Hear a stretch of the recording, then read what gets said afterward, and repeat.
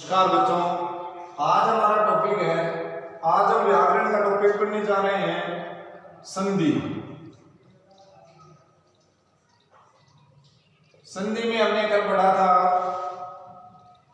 स्वर संधि के बारे में कल चर्चा की थी। संधि क्या होती है उसके बारे में पढ़ा। दो वर्णों या अक्षरों के परस्पर मिलने से जो विकार उत्पन्न होता है वो संधि कहलाती है। संधि के प्रकार पढ़े थे हमने, 3 प्रकार की होती है संधि है, स्वर संधि, व्यंजन संधि और विसर्ग संधि। आज हम पढ़ेंगे, कल हमने स्वर संधि के बारे में कि स्वर का स्वर से मेल होता है वहां स्वर संधि होती है, और स्वर संधि के प्रकार जो थे वो आज हम पढ़ेंगे। स्वर संधि के कितने भेद होते हैं हम प्रश्नों के माध्यम से पढ़ रहे हैं। कल 2 प्रश्न पढ़े थे, आज हम तीसरा प्रश्न पढ़ेंगे। प्रश्न नंबर 3 पढ़ेंगे, स्वर संधि के कितने भेद होते हैं। स्वर संधि के कितने भेद होते हैं। स्वर संधि के कितने भेद होते हैं। कितने भेद होते हैं। भेद होते हैं। स्वर संधि के कितने भेद होते हैं लिखिए।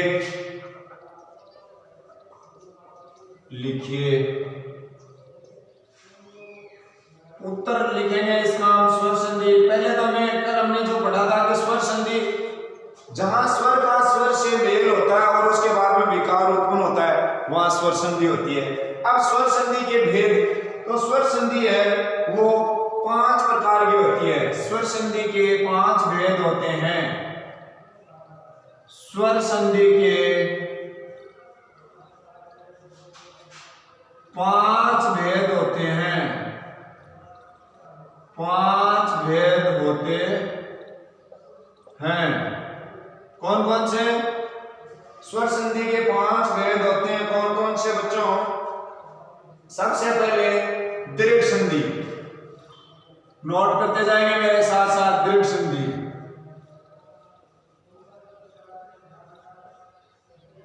दूसरी है दीर्घ संधि के बाद में दूसरी संधि हम पढ़ी हमने गुण संधि। दूसरी हमने पढ़ी गुण संधि।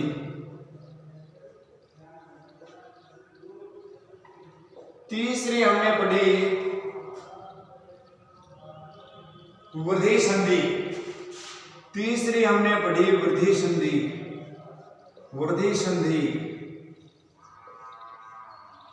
तीसरी हमने पढ़ी वृद्धि संधि। तीसरी हमने पढ़ी वृद्धि संधि और चौथी पढ़ी यण संधि। चौथी पढ़ी हमने यण संधि और 5वीं हमने आयादी संधि। आयादी संधि 5वां। तो बच्चों स्वर संधि के ये 5 भेद होते हैं। कौन कौन से? दीर्घ संधि, गुण संधि, वृद्धि संधि, यण संधि और अयादी संधि। 5 भेद स्वर संधि के होते हैं। दीर्घ स्वर संधि में, अब स्वर संधि का मतलब तो आपको पता है, लेकिन स्वर का स्वर से मेल होने से जो विकार उत्पन्न होता है वो वहां स्वर संधि होती है। अब दीर्घ स्वर संधि यानी दोनों स्वर मिलकर दीर्घ रूप बनाते हैं। दोनों स्वर मिलकर दीर्घ रूप बनाते हैं, वहां दीर्घ स्वर संधि होती है।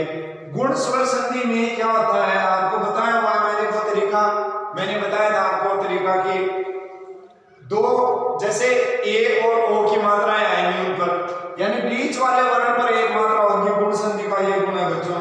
और वृद्धि का मतलब है मात्राओं की वृद्धि। वृद्धि का क्या मतलब है? मात्राओं की वृद्धि, वो होती है वृद्धि संधि। और उसके बाद में यण संधि। यण में यह वह आता है। यण में ये यण संधि। और अयादी में आय अव ये आता है। इसके बाद हम पढ़ेंगे रिवीजन के हिसाब से। हम पढ़ रहे हैं क्वेश्चन के माध्यम से। चौथा क्वेश्चन हम करेंगे यहाँ व्यंजन संधि के बारे में पढ़ने जा रहे हैं बच्चों। क्वेश्चन नंबर 4 में व्यंजन संधि किसे कहते हैं? व्यंजन संधि किसे कहते हैं? व्यंजन संधि के व्यंजन संधि किसे कहते हैं?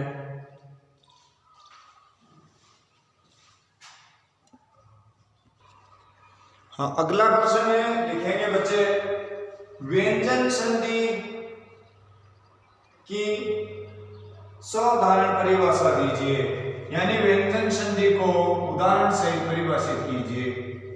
व्यंजन संधि की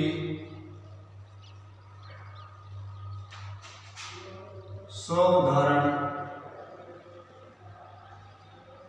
परिभाषा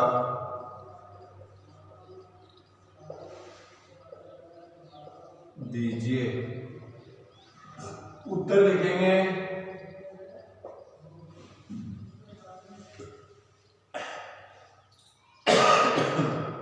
जहां पर व्यंजन का व्यंजन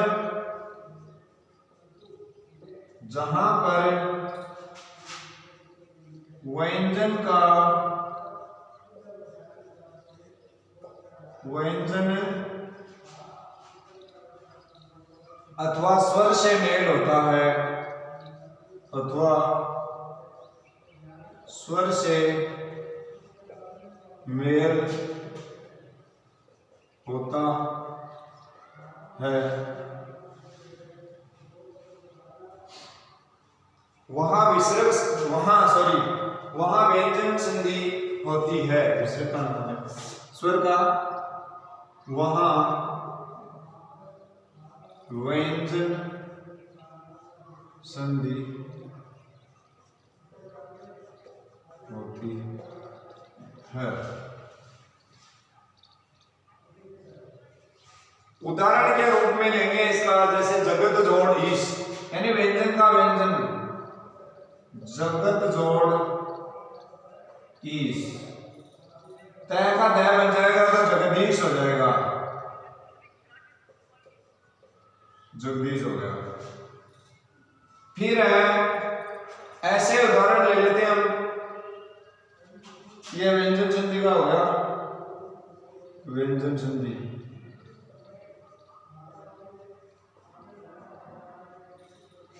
ऐसे लेते हैं उदाहरण, जगत जोड़ नाथ, जगत जोड़ नाथ,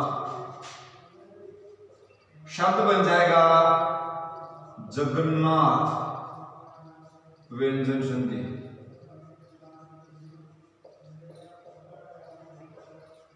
ठीक है। ऐसे हम जगत जोड़ अंबा, जगदंबा हो जाएगा, जगत जोड़ अंबा, जगत जोड़ अंबा, जगदंबा, व्यंजन संधि।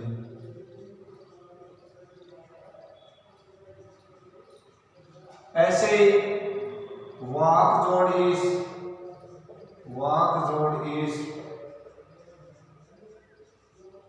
वागीश हो गया, व्यंजन संधि।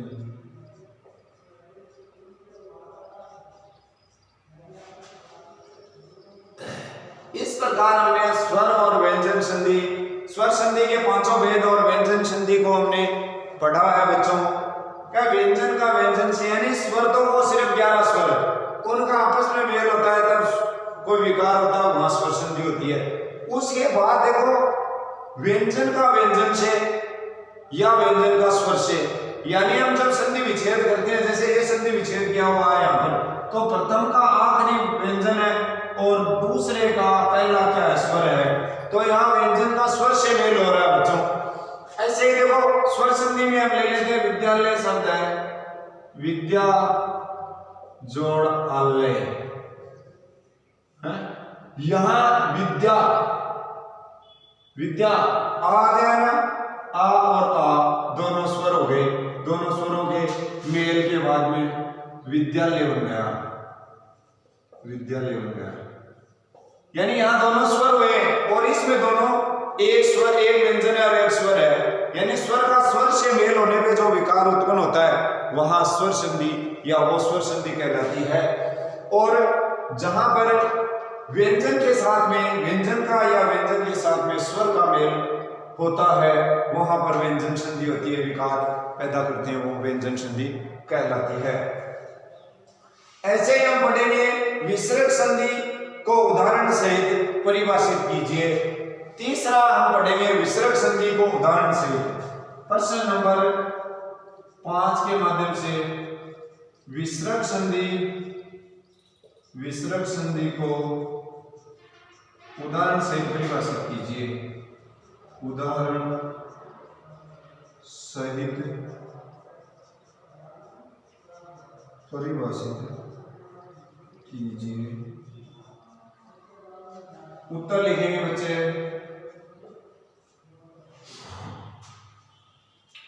जहां विसर्ग के साथ, जहां विसर्ग के साथ,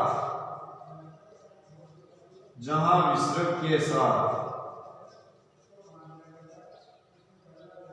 जहां विसर्ग के साथ, विसर्ग का चिन्ह पता है आपको। विसर्ग मान लो, मैं बता देता हूं आपको विसर्ग का चिन्ह ये होता है। विसर्ग के साथ स्वर अथवा व्यंजन का मेल होता है। स्वर अथवा व्यंजन का मेल होता है, मेल होता है, वहां विसर्ग संधि होती है। वहां विसर्ग संधि होती है। वहां विसर्ग संधि होती है। वहां विसर्ग संधि होती है। ठीक है। अब विसर्ग संधि में विसर्ग का लोप होकर विसर्ग संधि में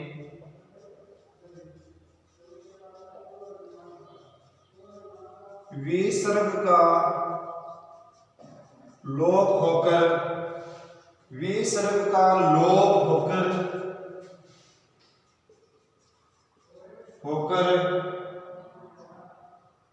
उसके स्थान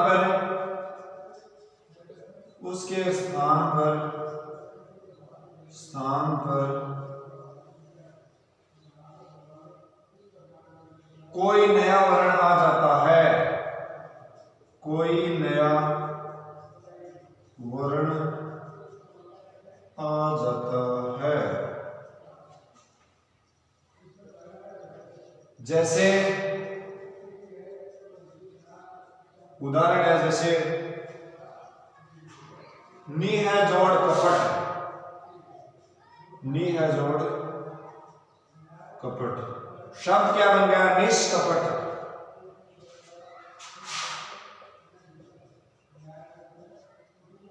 निष्कपट बन गया। ऐसे उदाहरण लिया हमने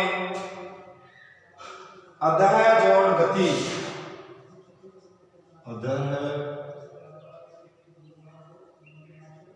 जोड़ गति, यह हो जाएगा अधोगति।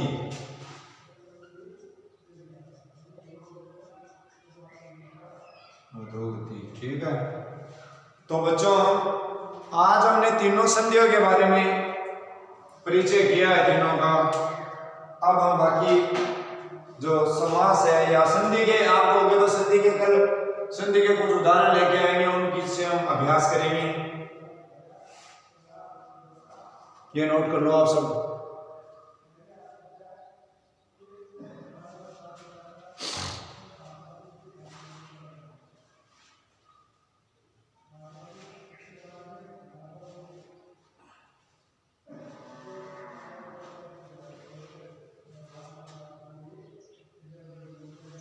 ये नोट कर लेंगे बच्चे।